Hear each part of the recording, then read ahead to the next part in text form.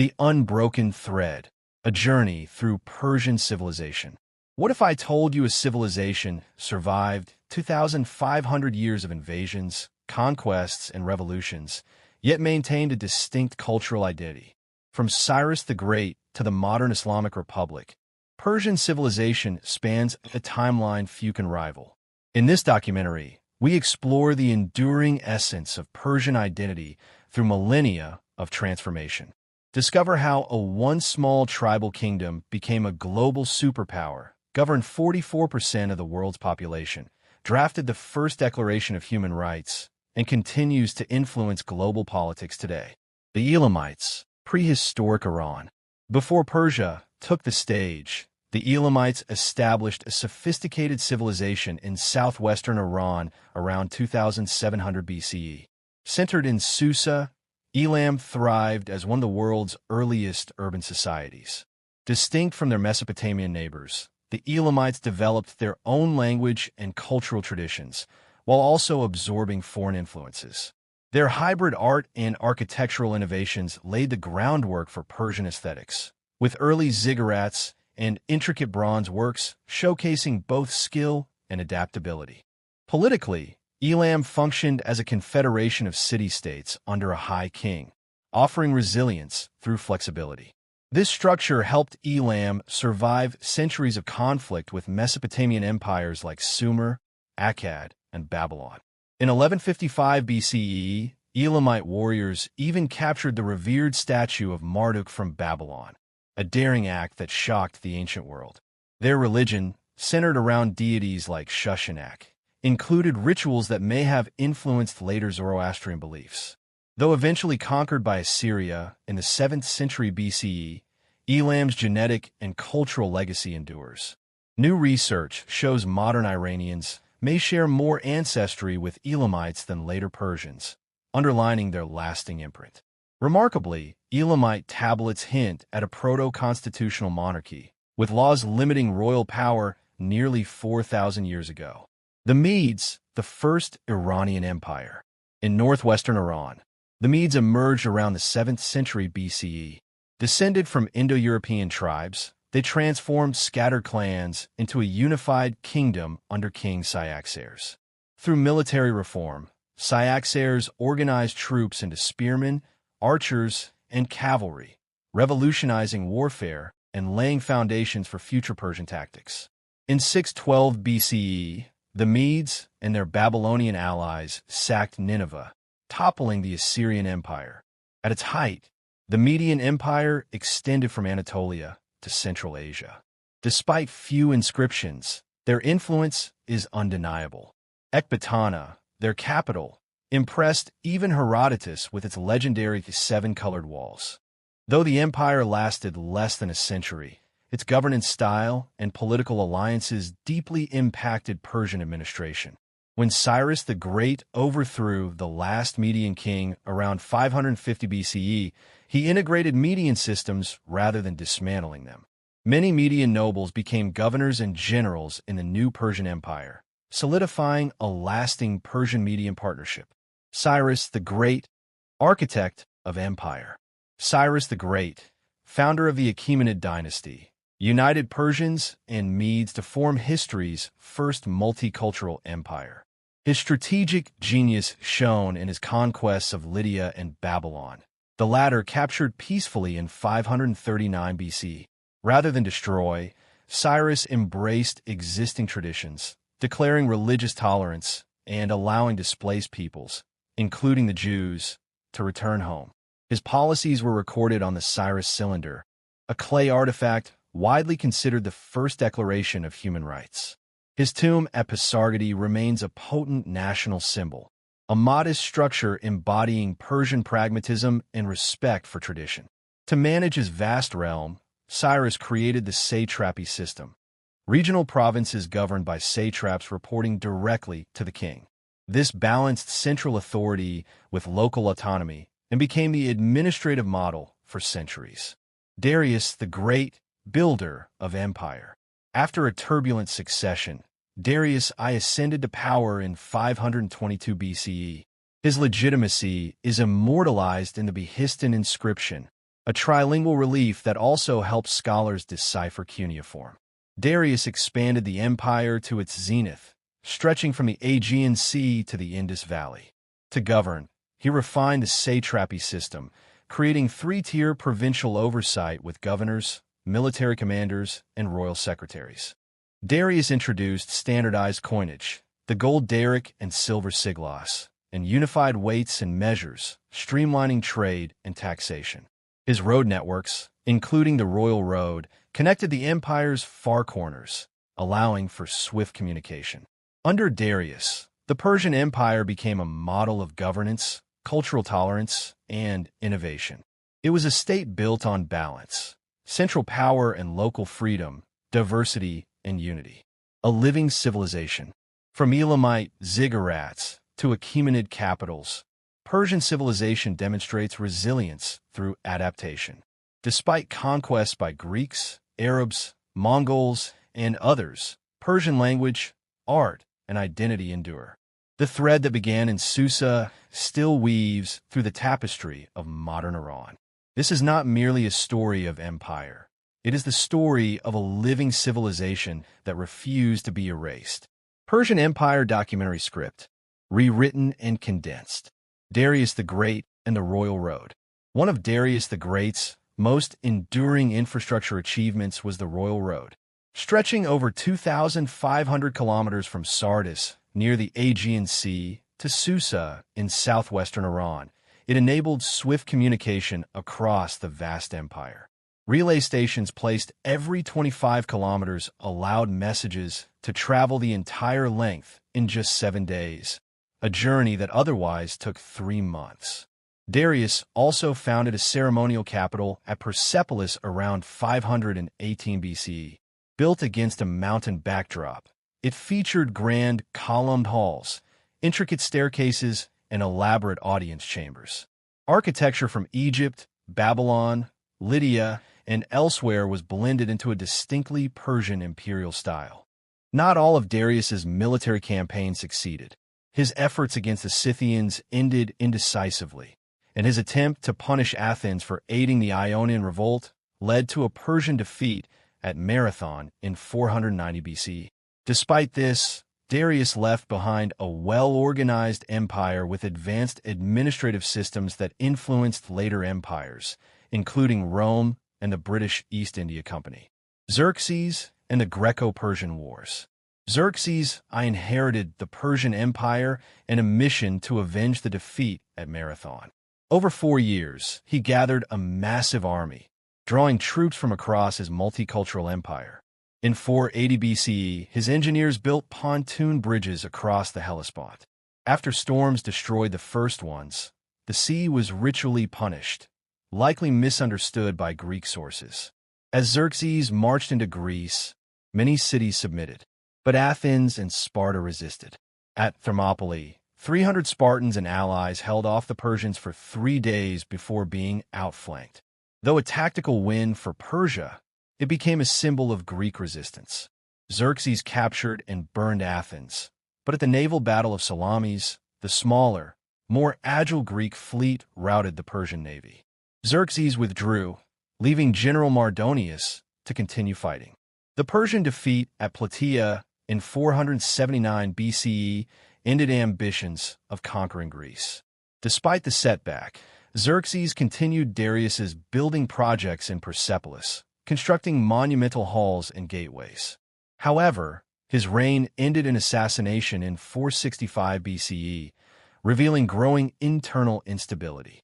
The fall of the Achaemenid Empire and Alexander's conquest. By the mid-4th century BCE, the Achaemenid Empire was weakening under Darius III. Internal strife, heavy taxation, and administrative decline left it vulnerable. In 334 BCE, Alexander of Macedon invaded Asia Minor with 40,000 troops. At Granicus and Issus, Alexander's tactical brilliance overcame larger Persian forces. Darius III fled both battles, damaging morale. Alexander captured Susa and Babylon without resistance. In 330 BCE, he reached Persepolis, looted its treasury, and allowed the palace to be burned, a symbolic end to Achaemenid rule. Darius III was later betrayed and killed by his own men. Alexander executed the traitor Bessus and presented himself as the rightful heir to the Persian throne. He adopted Persian customs, appointed local officials, and married Persian nobility in an effort to blend cultures. The Seleucid Empire and Hellenistic Persia. After Alexander's death in 323 BCE, his empire fragmented. Seleucus I Nicator seized control of the eastern territories, forming the Seleucid Empire. Greek-style cities like Seleucia on the Tigris introduced urban planning, theaters, and gymnasiums to the region. Greek became the administrative language, and Hellenistic culture flourished in cities. However, Persian traditions endured in rural areas. Zoroastrianism remained dominant, and native languages continued in daily life. The Seleucids struggled to maintain control. Greek Macedonian elites were a small minority, and local resistance persisted. Internal succession crises and external threats further weakened the state. A Greco-Iranian elite emerged, blending both cultures.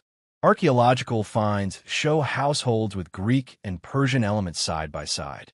Despite the Seleucids' cultural impact, they failed to fully Hellenize Persia.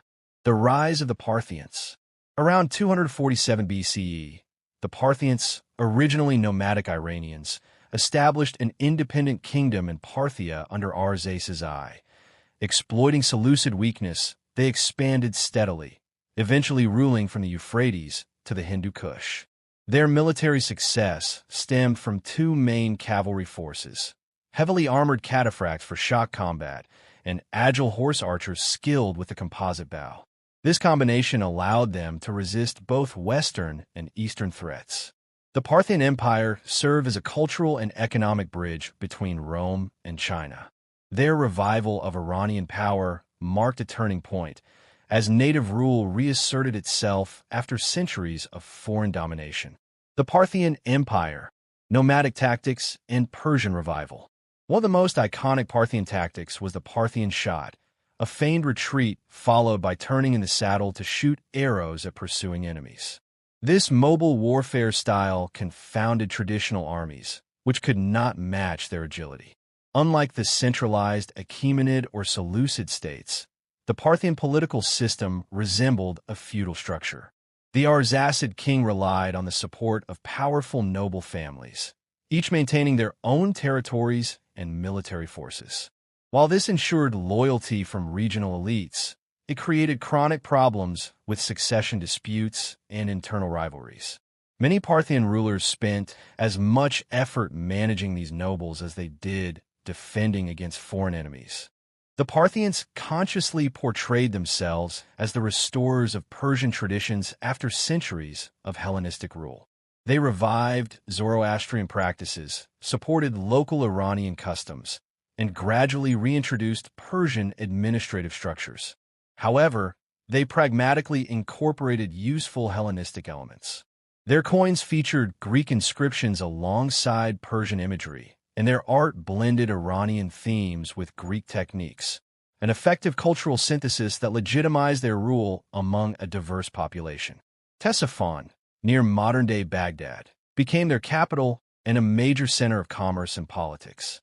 Strategically located on the Tigris River, it controlled key trade routes while being defensible against Western invasions. From this base, the Parthians regularly clashed with Rome over Mesopotamia and its wealth of trade networks. The pinnacle of Parthian military success came in 53 BCE at the Battle of Carrhae. Roman general Crassus, seeking military glory to rival Pompey and Caesar, invaded Parthian territory. Using superior mobility and the harsh desert terrain, the Parthians surrounded and annihilated the Roman legions. Crassus was killed, and the Romans lost their military standards, eagle emblems considered sacred. This humiliating defeat became legendary in Rome and cemented Parthia's reputation as a formidable Eastern power. The Parthians celebrated the victory by using captured Roman soldiers to construct cities and publicly displaying the captured standards. These trophies remained in Parthian hands until Augustus negotiated their return decades later. The Sassanian Empire, a Persian revival. In 224 CE, a local ruler named Ardashir defeated the last Parthian king near Isfahan. Claiming descent from a legendary ancestor named Sazan, Ardashir founded the Sassanian Empire, the final great Persian dynasty before the Islamic conquests. Unlike their Parthian predecessors, the Sassanians created a highly centralized state with power concentrated in the monarch.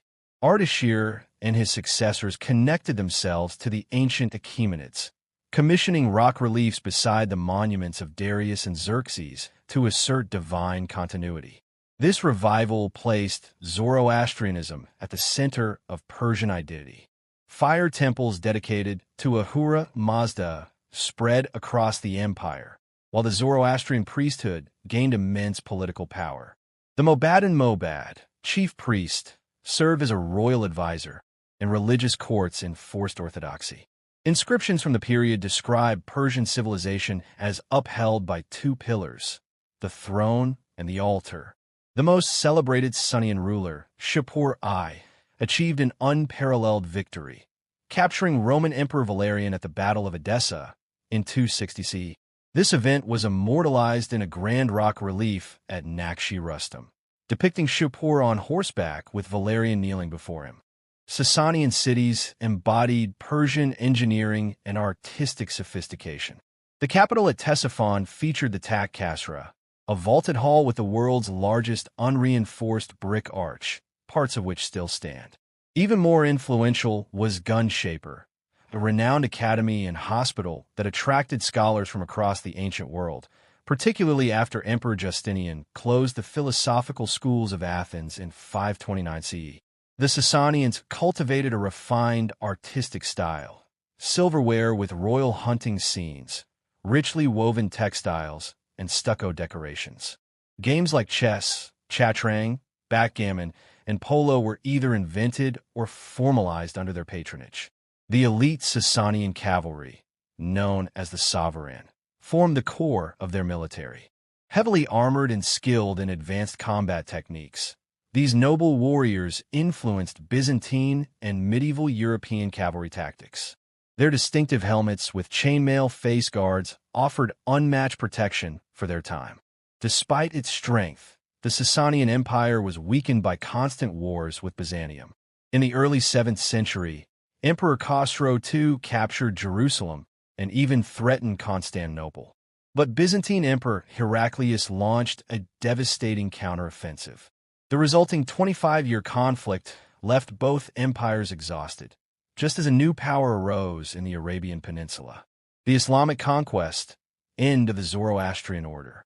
In the 630 CE, Arab Muslim armies emerged from the Arabian Peninsula, energized by religious zeal and military innovation. The weakened Sassanian Empire, drained by war and internal decay, was ill-prepared to resist. The decisive clash came at the Battle of Al-Qadisiyah in 636 CE.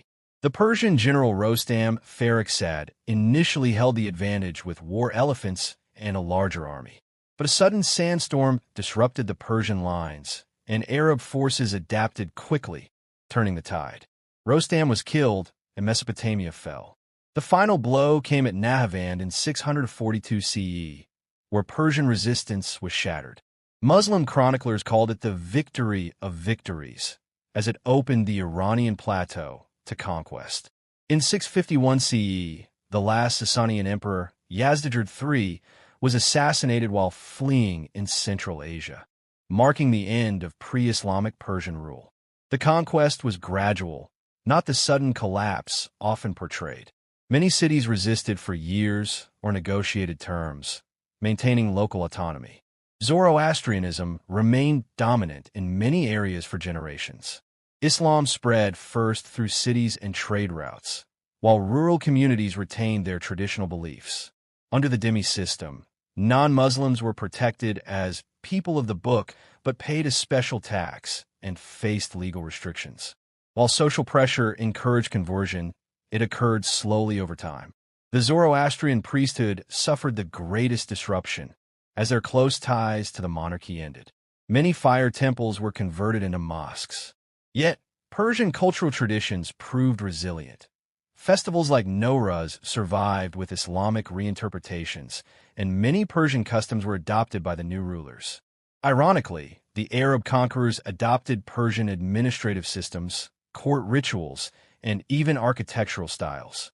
Some Zoroastrians fled to India, where their descendants, the Parsis, still practice the ancient faith today. Persians under the Caliphate, integration and transformation. Though politically conquered, Persian influence soon reshaped the Islamic world. Under the Umayyad Caliphate, 661 to 750 CE, Arab rulers treated converts as second-class citizens. Persian Muslims paid taxes and were barred from high office, causing widespread resentment, especially in the East. This discontent culminated in the Abbasid Revolution, 750 CE, launched from the Persian province of Khorasan. Led by the Persian convert Abu Muslim, the revolution ended Umayyad rule and brought the Abbasids to power. Their new capital, Baghdad, symbolically near Ctesiphon, marked a return to Persian cultural centers. The Abbasids embraced Persian bureaucratic expertise. Persians quickly rose to top government and military roles.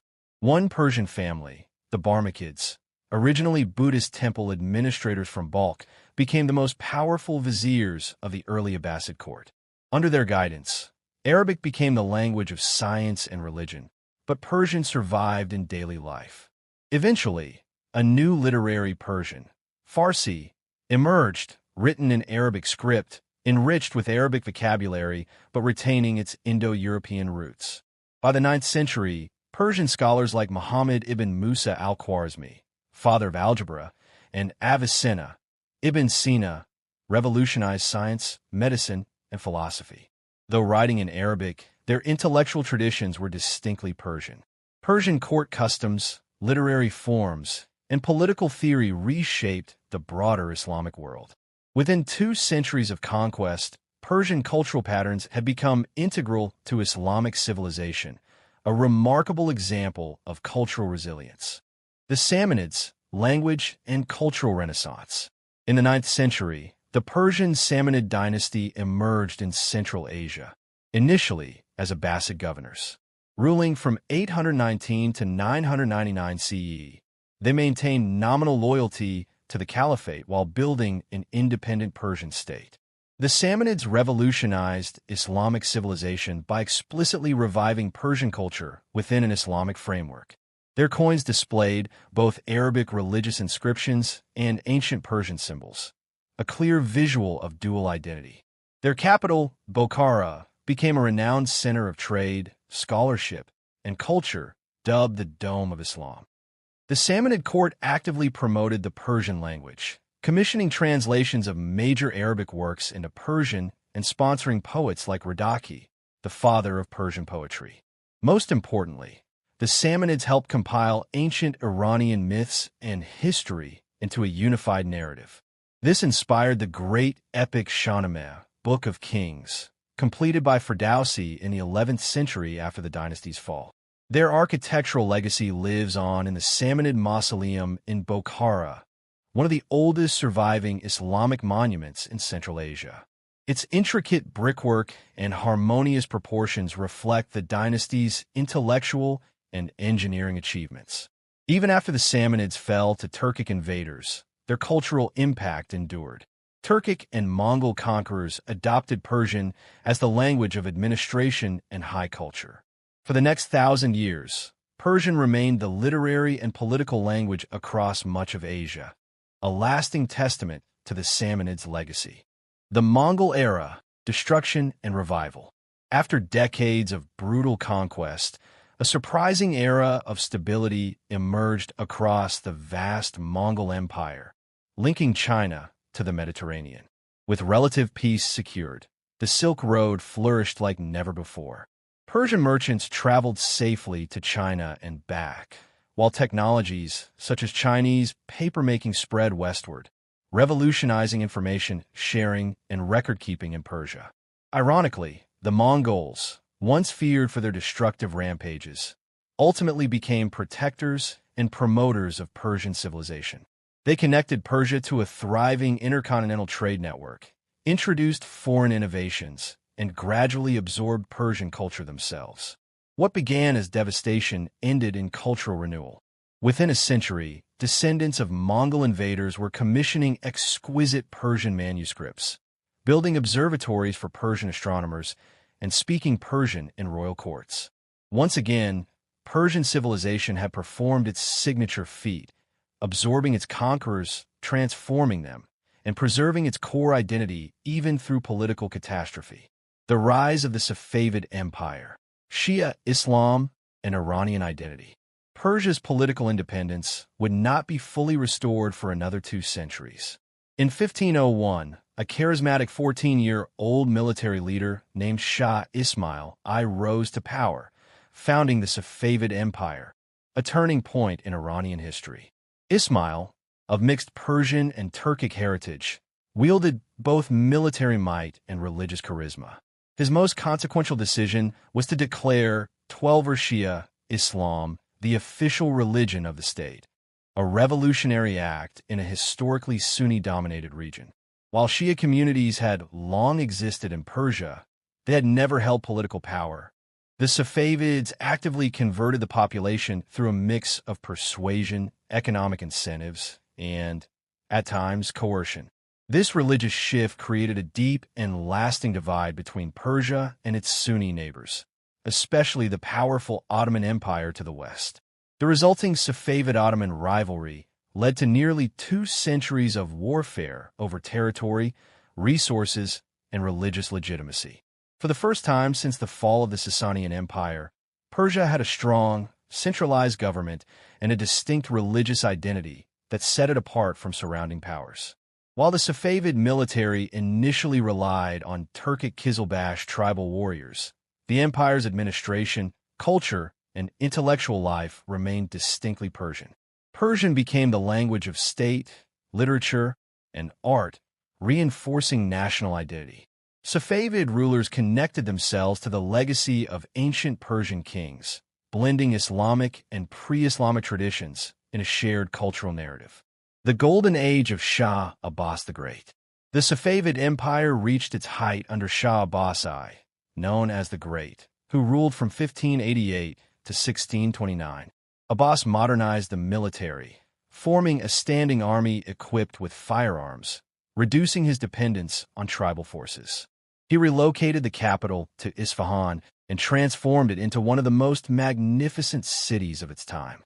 Centered around the grand Nakshi Jahan Square, Abbas's urban planning showcased Persian architectural brilliance.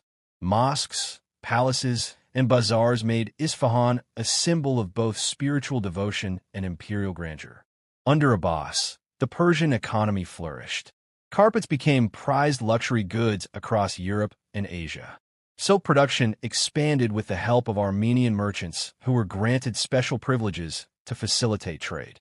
The Safavids established diplomatic relations with European powers such as England and the Netherlands, as well as with Mughal India and Ming China. Persian art and culture thrived. Miniature painting evolved into a sophisticated visual language, and court workshops produced intricately illustrated manuscripts. Master calligraphers fused artistic elegance with religious meaning. Carpet weaving reached new heights of technical and aesthetic mastery. Meanwhile, Shiite theologians advanced legal and philosophical thought, shaping the religious foundation of modern Iran. European envoys to the Safavid court were often awestruck. Shah Abbas received ambassadors in opulent halls glittering with gold and jewels. Yet he and his courtiers remained barefoot, a symbol of humility before God that baffled European guests accustomed to ornate footwear as a marker of status. Legacy of the Safavids. The most enduring legacy of the Safavid Empire was its creation of a distinctly Iranian national identity centered around Shia Islam. This identity survived the fall of the Safavids in the 18th century and continues to define Iran's role in the region today. By establishing a Shia-majority state, the Safavids reshaped the religious map of the Middle East and laid the foundations of modern Iranian society. After the Safavids, the Afsharid and Zand dynasties. The collapse of the Safavid Empire in 1722 plunged Persia into chaos. Afghan invaders captured Isfahan, ending 2 centuries of relative stability. In the resulting power vacuum, new leaders emerged to restore order, most notably Nader Shah of the Afsharid dynasty and Karim Khan Zand. Nader Shah, from humble origins as a shepherd, proved to be a military genius. By 1729, he had expelled the Afghans and placed a Safavid puppet on the throne, only to seize power himself in 1736. As Shah, Nader recaptured territory from the Ottomans and Russians and launched a spectacular campaign into India. In 1739, he defeated the Mughal Empire, occupied Delhi, and returned to Persia with immense spoils, including the legendary peacock throne and Kohinoor diamond. His conquests were so lucrative that he canceled taxation for 3 years. However, Nader's reign grew increasingly oppressive. Constant warfare drained the economy, and his paranoia led to brutal purges. Entire regions suffered mass executions and blindings.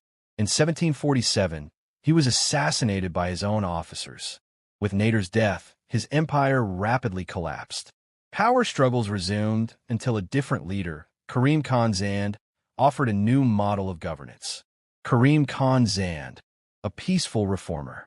Karim Khan, a commander from the La tribe, rose to power by 1751. Rejecting the title of Shah, he styled himself Vakil al-Raya, or advocate of the people, reflecting his modest, pragmatic approach. He made Shiraz his capital and focused on rebuilding Persia from within. Rather than pursuing conquest, Karim Khan invested in internal development. He built bazaars, mosques, and bathhouses, improved irrigation, and revitalized trade. His rule offered a period of calm after decades of violence. Under his patronage, Shiraz became a center of Persian culture once again. Poets, artists, and architects flourished, and the distinctive style of Zand period architecture took shape. Landmarks, such as the Vakil Mosque and Bazaar, still standing today, reflect the refined elegance of this era. Foreign observers praise Karim Khan's leadership for its justice and prosperity. Unlike Nader Shah, who inspired fear, Karim Khan fostered peaceful relations and economic stability. He secured control over the Persian Gulf Coast and expanded trade through the port of Bushehr. Karim Khan died in 1779 after nearly 30 years of rule. Without a clear successor, the Zand dynasty weakened and fell into internal strife. By 1794, it was overthrown by the Qajar dynasty.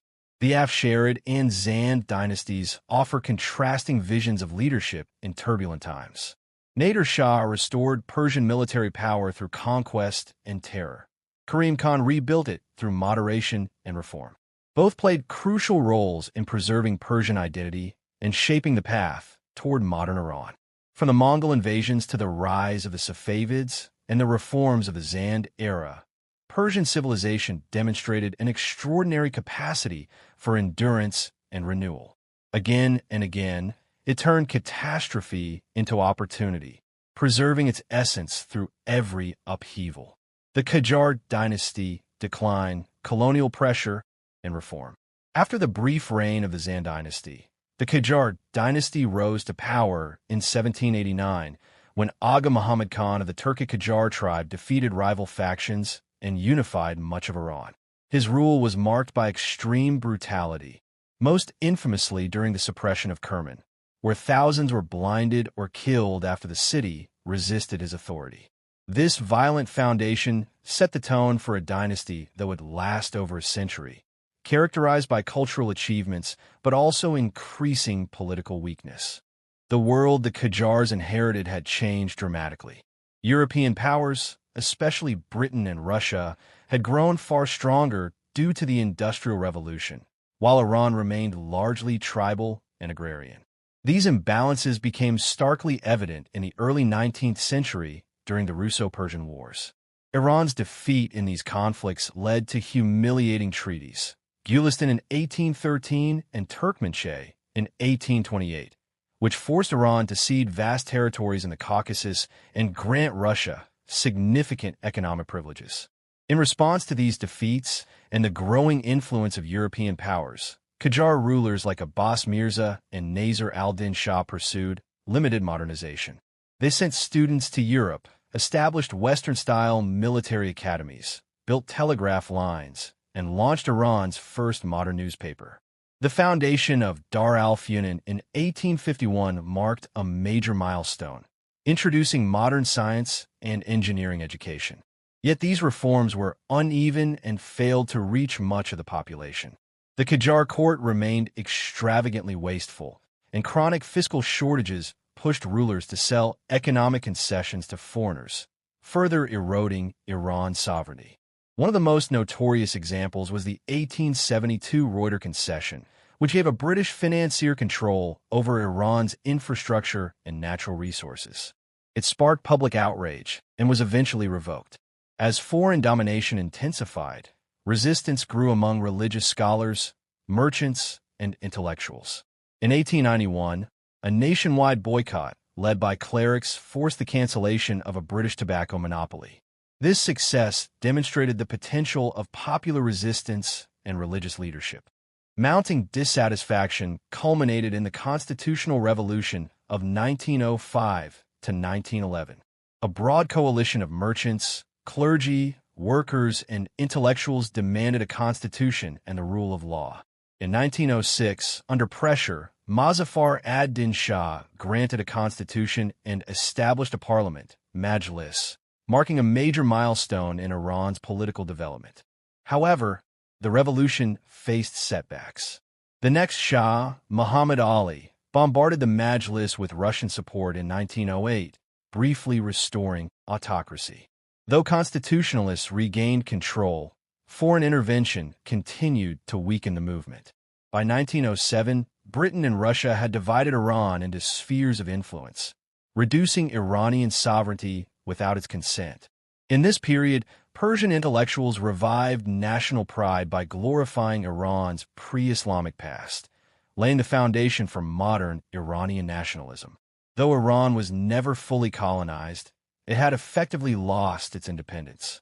By 1925, the Qajar dynasty was overthrown, and Iran stood on the brink of profound transformation. The Pahlavi dynasty, modernization, and monarchy. In 1925, Reza Khan, a former military officer, ended the Qajar dynasty and established the Pahlavi dynasty, proclaiming himself Reza Shah. Inspired by Mustafa Kemal Ataturk's secular modernization in Turkey, Reza Shah sought to rapidly transform Iran into a strong, centralized, and modern state. His reforms were sweeping. He built Iran's first national railway, modernized the army, created a secular legal system, and founded modern schools and the University of Tehran. He reduced the power of tribes and religious leaders, bringing governance under centralized control. One of his most controversial acts was the forced westernization of Iranian society. He banned traditional clothing, including the veil for women, and mandated European-style dress. In 1935, Reza Shah changed the country's official name from Persia to Iran, emphasizing its Aryan roots and pre-Islamic heritage. While modernization improved infrastructure and governance, it also alienated religious groups and concentrated wealth and power among a new elite. His rule was authoritarian, marked by press censorship, political repression, and the suppression of dissent. In 1941, during World War II, British and Soviet forces occupied Iran due to its strategic location and Reza Shah's perceived sympathies with Nazi Germany. He was forced to abdicate in favor of his son, Mohammad Reza Pahlavi. Mohammad Reza Shah initially governed under constitutional limits, but his authority expanded after the 1953 CIA and MI6 backed coup against Prime Minister Mohammad Mossadegh, who had nationalized Iran's oil industry. This event reinforced the Shah's power while fueling deep anti-Western sentiment. In the 1960s, the Shah launched the White Revolution, a set of reforms including land redistribution, women's suffrage, and education initiatives. These changes modernized Iran, but disrupted rural life and entrenched inequality. Rapid oil-fueled economic growth during the 1970s brought modernization, but also widespread corruption, income disparity, and political repression. The secret police, SAVAK, became infamous for its brutality. The monarchy quickly crumbled. Revolutionary committees took over state institutions, and the symbols of royal authority were dismantled. Though the revolution had brought together liberals, nationalists, leftists, and Islamists, Khomeini's religious faction quickly gained dominance. By April 1979, a national referendum established the Islamic Republic with 98% support. Khomeini's concept of Vilayat-e Faqih became the foundation of Iran's new government, placing ultimate authority in the hands of the supreme leader. This theocratic model, unlike any other in the modern world, became a blueprint for Islamic governance and a point of inspiration for movements across the Muslim world. The Islamic Republic, theocratic rule, and global isolation. Following the 1979 revolution, Iran became a unique hybrid state, a theocracy with limited democratic elements. While a president and parliament were elected by the people, the supreme leader and clerical institutions wielded ultimate authority under the doctrine of Vilayat-e Faqih. Ayatollah Khomeini, as supreme leader, quickly consolidated power. Revolutionary courts tried and executed thousands of officials from the previous regime, while secular and moderate revolutionary allies were pushed aside. A new constitution enshrined clerical oversight, creating powerful institutions like the Guardian Council to vet legislation and candidates. The Islamic Republic rejected both Western liberalism and Soviet communism, charting a distinct ideological path rooted in Shia Islam. This model of governance created friction with Western nations, especially the United States, which saw its influence in Iran collapse overnight. The U.S.-Iran relationship deteriorated rapidly following the revolution. In November 1979, Iranian students seized the American embassy in Tehran, holding 52 hostages for 444 days. This crisis marked the beginning of decades of hostility and sanctions. Domestically, the new regime imposed strict Islamic laws, including mandatory hijab for women and censorship of media. Yet it retained popular support through a mix of religious legitimacy, social welfare, and nationalist rhetoric. Over time, factions emerged within the system, with reformists and hardliners competing for influence. The Islamic Republic endured through wars, sanctions, and internal dissent. Though globally isolated for much of its history, it remained a central player in Middle Eastern politics, shaping regional dynamics and continuing to influence global debates on religion, governance, and revolution. Post-war Iran, regional influence and internal control. After the war, Iran turned its focus toward reconstruction while continuing to pursue its revolutionary goals abroad. It supported Hezbollah in Lebanon, opposed the Israeli-Palestinian peace process, and deepened its rivalry with Saudi Arabia. As Iran's regional ambitions expanded, suspicions about its nuclear program triggered international concern. Throughout the 1990s and 2000s, Iran's uranium enrichment efforts, officially for peaceful energy, sparked fears of nuclear weapons development. The result? Waves of harsh international sanctions that isolated Iran economically. Oil exports plummeted. Banks were cut off from global systems. Inflation soared, and basic goods became harder to obtain. Internal tensions boiled over in 2009, following the disputed re-election of President Mahmoud Ahmadinejad. Millions took to the streets in what became known as the Green Movement, demanding transparency and political reform. The regime responded with a brutal crackdown, beatings, arrests, even killings. Communication networks were shut down, and opposition leaders were imprisoned. While protests eventually subsided, the state's legitimacy was deeply shaken. Despite this, Iran expanded its influence across the Middle East through a network of proxies. In Iraq, Iranian-backed militias grew stronger after Saddam Hussein's fall.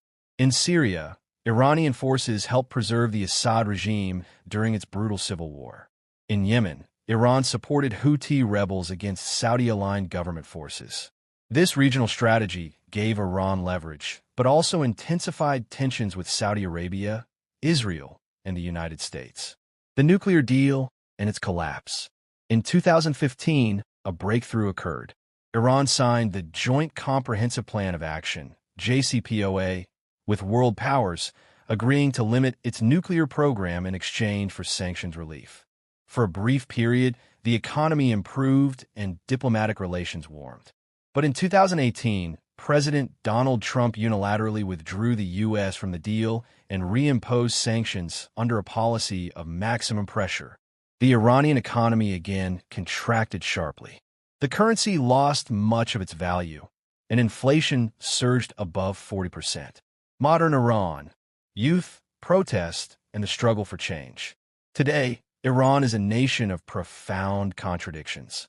The Islamic Republic remains politically resilient, but society is increasingly divided. Over 70% of Iranians are under 40, meaning most were born after the 1979 revolution. This generation, educated and connected to global culture through VPNs and social media, often holds values starkly different from the ruling establishment. Ironically, Iran ranks among the world's highest in cosmetic surgery rates, underground music production, and VPN usage, all signs of a vibrant, defiant culture beneath the surface of religious governance.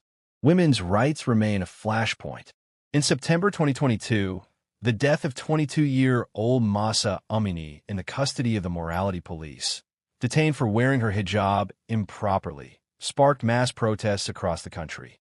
The woman, life, freedom movement became the most significant internal challenge to the regime in decades. Despite violent suppression, hundreds killed, thousands arrested, many women continue to defy hijab laws in daily acts of civil disobedience. Resistance takes many forms. Underground galleries display banned artworks. Musicians release tracks through encrypted apps. Filmmakers use allegory to address taboo issues. Even with state censorship, Iranians remain globally connected and culturally dynamic. The Islamic Republic's constitution is unique. While it contains elected institutions like the presidency and parliament, these are subordinate to unelected religious bodies. The Guardian Council vets all candidates and legislation. The supreme leader holds ultimate control over the military, judiciary, and media. Reformist and conservative factions compete within strict limits, but the system's theocratic core remains unchanged.